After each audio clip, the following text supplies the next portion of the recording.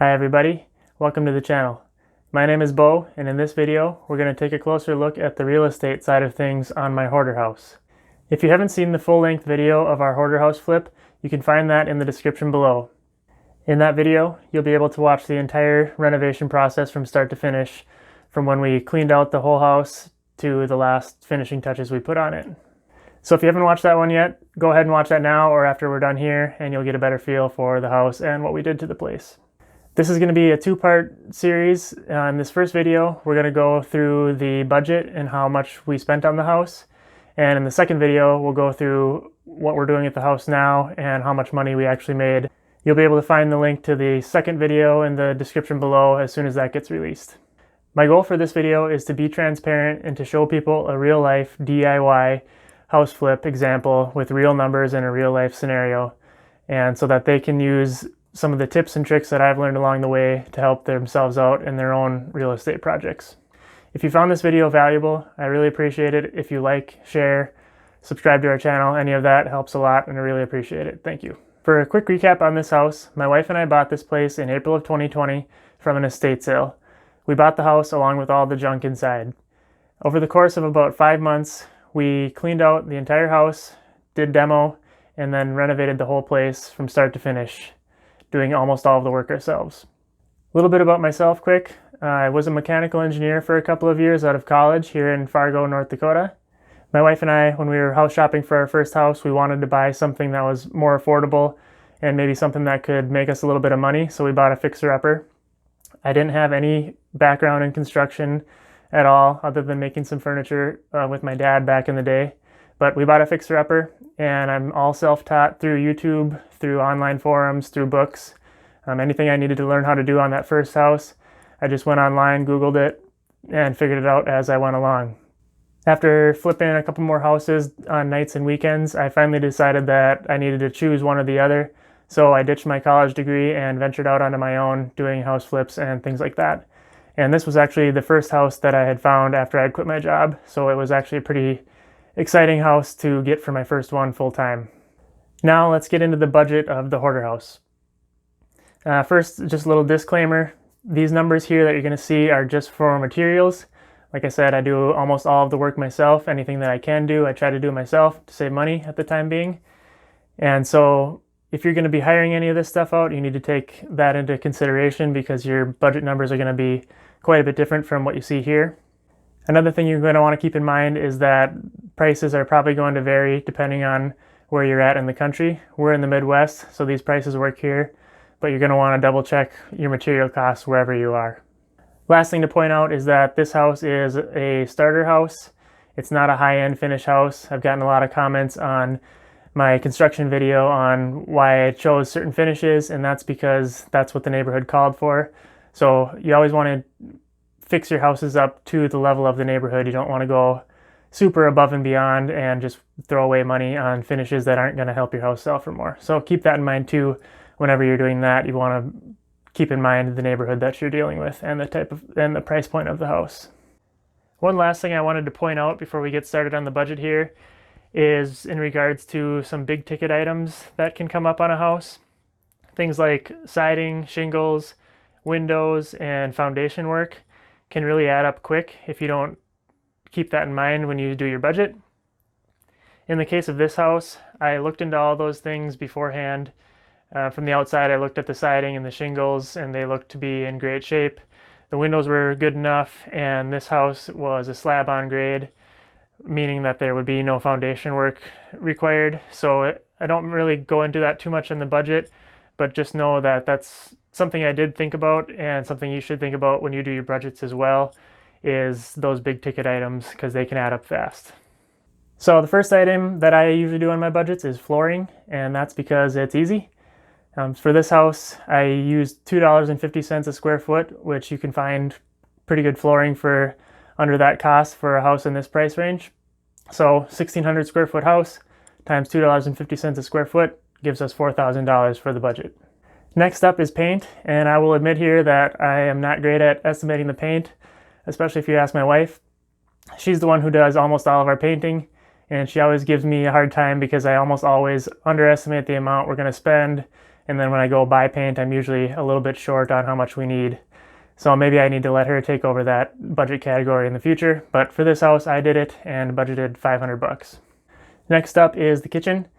In this house we were going to do all new cabinets, countertops, everything. We were changing the layout a little bit, so we weren't going to be able to reuse the old cabinets, even though that can be a good strategy to just keep and paint the old cabinets. But for this one we wanted all new, and I knew the line of cabinets that I was going to use, so we budgeted $8,000 for the kitchen. A quick tip that I've learned when flipping kitchens is when you've got old cabinets that are in good shape, yes, you can paint them white and reuse them. A lot of people do that.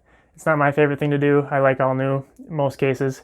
But if they're in good shape, I've learned that you can put them online and you can usually get at least a couple $100 for the set. My first house I ever did, I just threw them up on Craigslist or Facebook Marketplace, and I had lots of people interested the first weekend, and I made a few $100.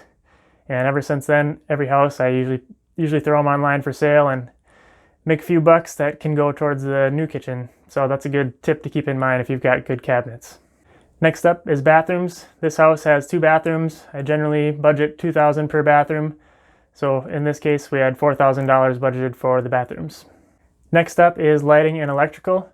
Electrical can be kind of tricky to budget for. In my case, I knew that I was going to be adding a bedroom to this house, which would involve hiring an electrician to do some of that stuff. So I budgeted $2,000 for lighting and electrical. Next, trim and lumber. I like to do all new white trim in my houses. I didn't know what shape the trim was going to be in this hoarder house, so I just budgeted for all new. And I knew I'd have a little bit of lumber costs with the new wall for the new bedroom, so $1,500 should be good for trim and lumber. Next item is plumbing. I didn't think that I'd have a whole lot of plumbing costs in this house just because everything was pretty centrally located.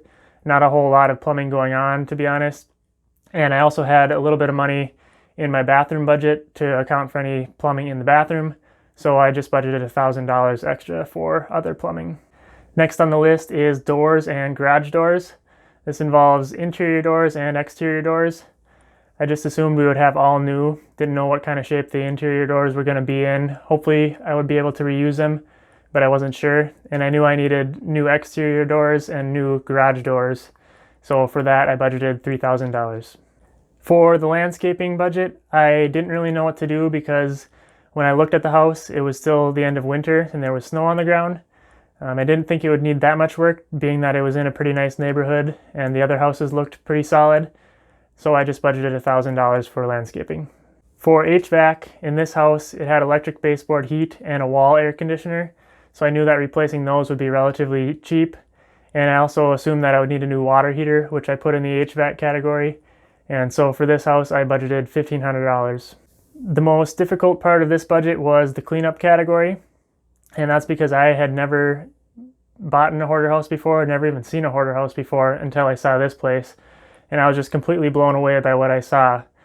So I didn't really know what I was doing with the cleanup budget. My thought process was if I got 4, 5, 6 dumpsters full of stuff at $400 per dumpster, that would be between $2,000 to $2,500 in dumpster fees.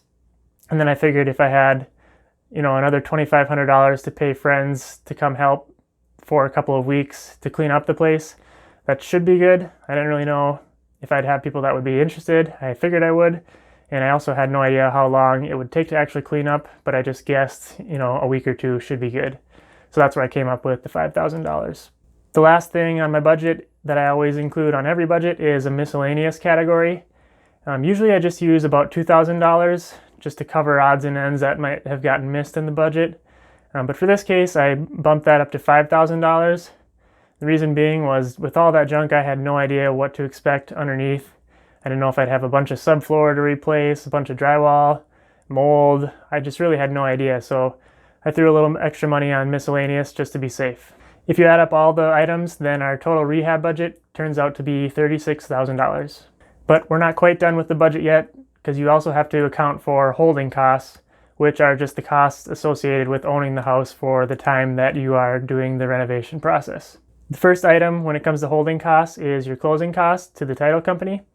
And in this case, I was going to be paying cash because no bank was going to lend on a house that had this amount of junk in it. And it being a relatively low purchase price and paying cash, your closing costs are pretty cheap. so $500 would be safe there. Next up is taxes, insurance, and your monthly bills on the house.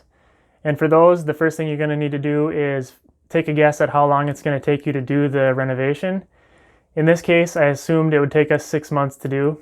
So for taxes, you can go online to your county website and it should show your tax amount there. So you just take your monthly tax times 6 months and get your tax amount. For insurance, you can get a quote and figure out pretty easily how much that will cost during the time that you're flipping the house. And then for the monthly bills, you can usually call the city electrical company or the water company, whoever's in charge of those bills, and they should be able to tell you the previous 12-month average bill, and so you can take that number and take a guess at what it's going to cost you to own the house. The last item on holding costs is interest payments. Like I said, on this house, I was going to be paying cash, so I wouldn't have a monthly mortgage payment, but I was going to use a line of credit to pay for the renovation costs, so I would have monthly interest payments on that. If anyone wants to know more about lines of credit, let me know in the comments below. I can talk more about that. But the long story short is I have equity built up in the house that I live in, and I'm able to go to a bank and get a line of credit on that equity, and I can use that money to do whatever I want.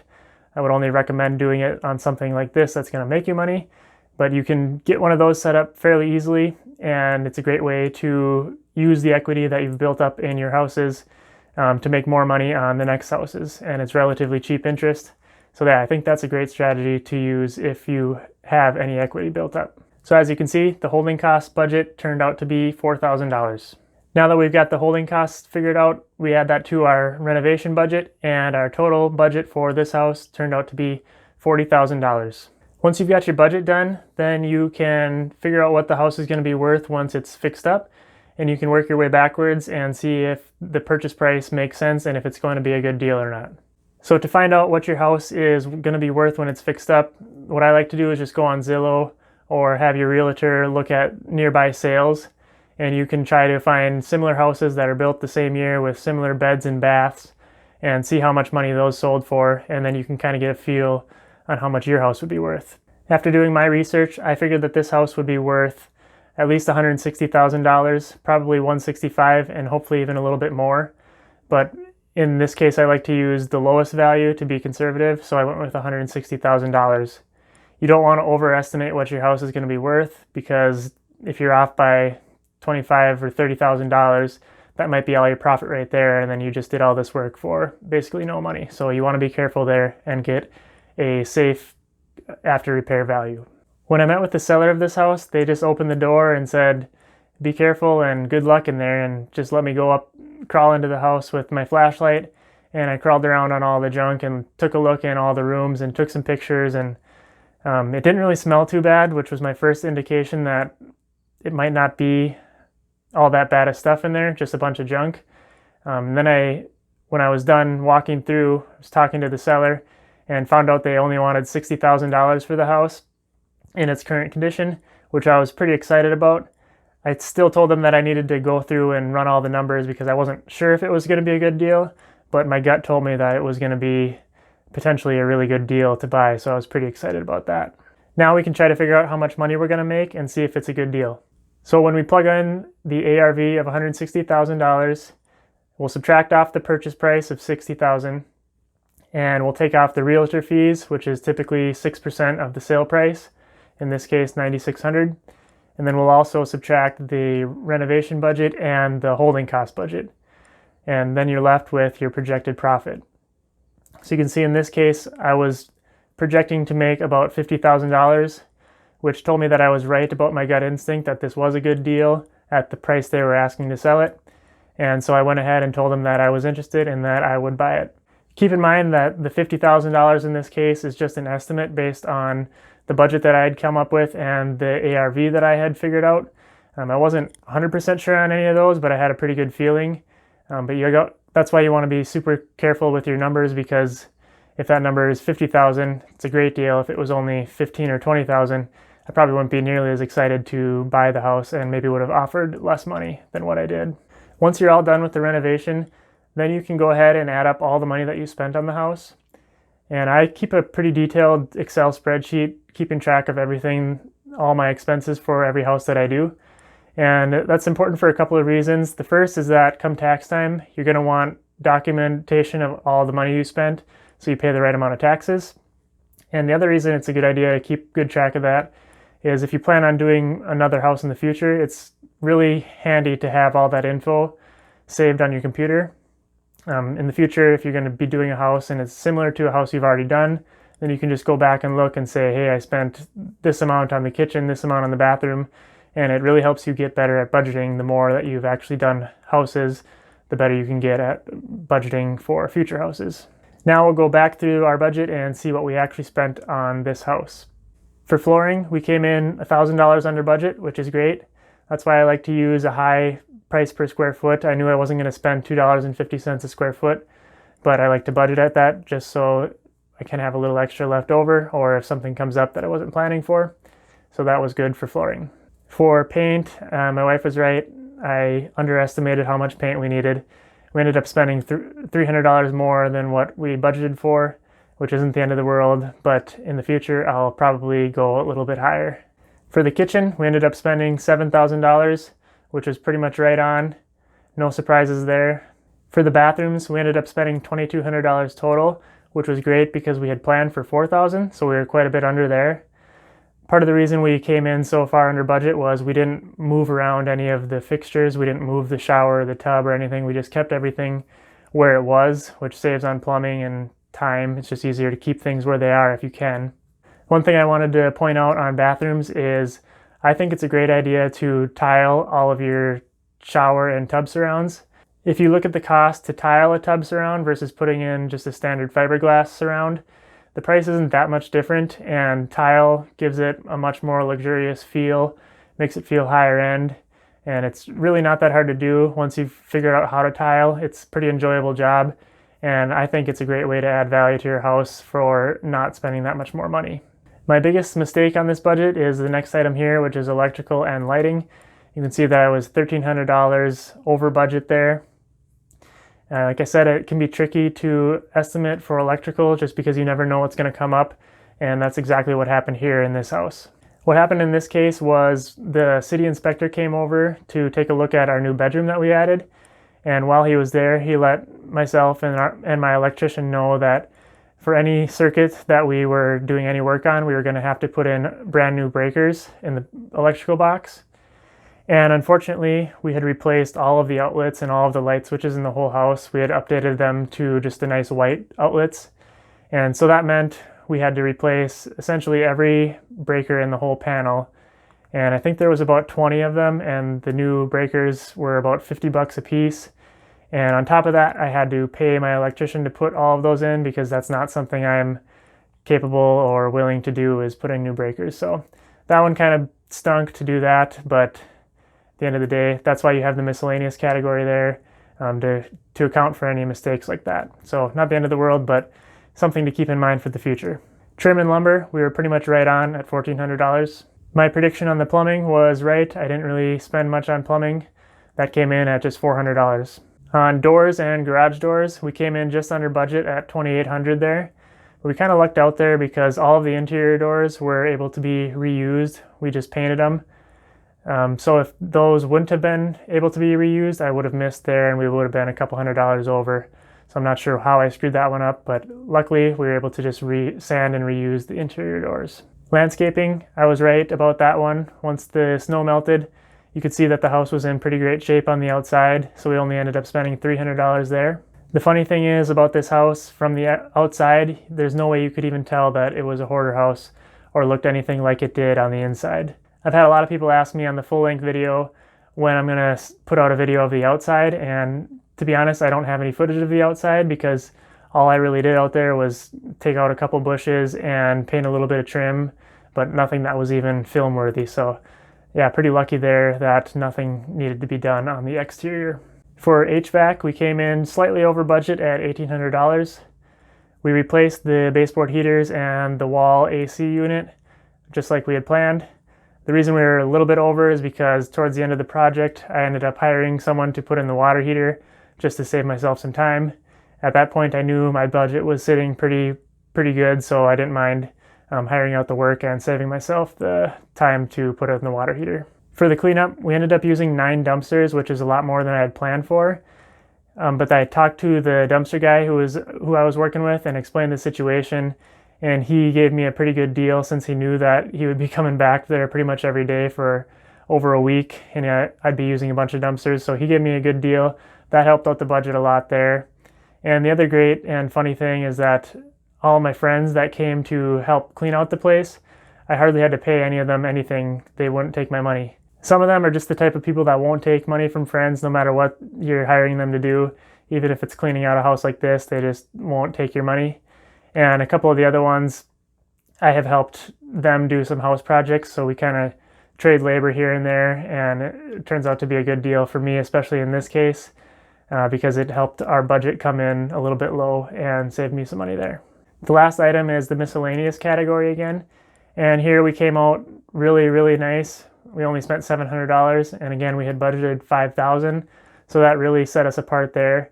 I don't regret putting that much money in my miscellaneous budget category because, again, when I bought the house, I had no idea what to expect. I thought the house could turn out a lot worse than it did, and I just wanted to have that money in place just in case. And luckily, we didn't hardly spend any of it, so that really helped us come ahead on the budget. In total, we ended up spending $26,700 on the renovation for this house, which was almost $10,000 less than what we had budgeted for. For the holding costs, you can see our budget turned out pretty good there too. We only spent $3,100 instead of $4,000. And the reason that came in a little bit low was I had planned and budgeted for 6 months of work, and it only took us 5 months. So we ended up saving a month's worth of all those bills, which helped us out as well. So if we look at the total budget, you can see that we spent quite a bit less than what we had planned. Instead of spending $40,000, we spent just under $30,000. So that $10,000 savings is a big amount to our bottom line and to our profit. The other great thing that happened during this process was over the 5-month period of renovating it, the real estate market here and probably everywhere was just going crazy. Houses were selling for way more than they had normally been selling for. And so with that, it raised the value of our house even more.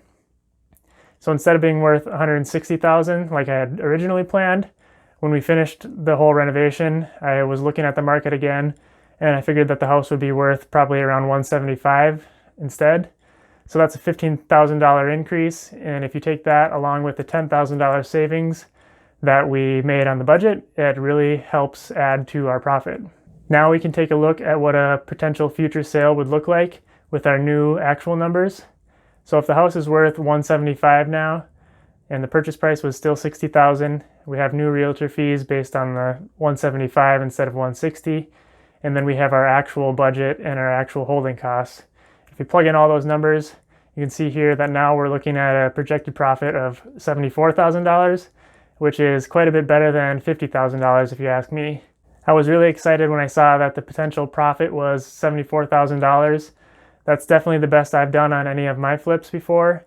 And just knowing what this house started like, what it looked like, and what it looks like now, it was something I was really proud of and turned out just perfectly money-wise, and the house itself just turned out exactly how I was picturing. So there we have it. That's how much money we spent on our hoarder house. In the next video, I'm going to go over what we did with the house, whether or not we kept it as a rental or we sold it and took the $74,000, and some of the pros and cons to a couple of the different strategies you can use when it comes to selling or keeping your real estate, and some of the tax advantages and disadvantages with those. Thank you for making it this far in the video. I appreciate it. If you want to learn anything more about this house, let me know in the comments below. If you want more detail on how I do my budgets or my after repair value or anything like that, just let me know and I can make a video on those. And stay tuned for the next video on how much money we actually made on the hoarder house and what we are doing with it currently. Thank you.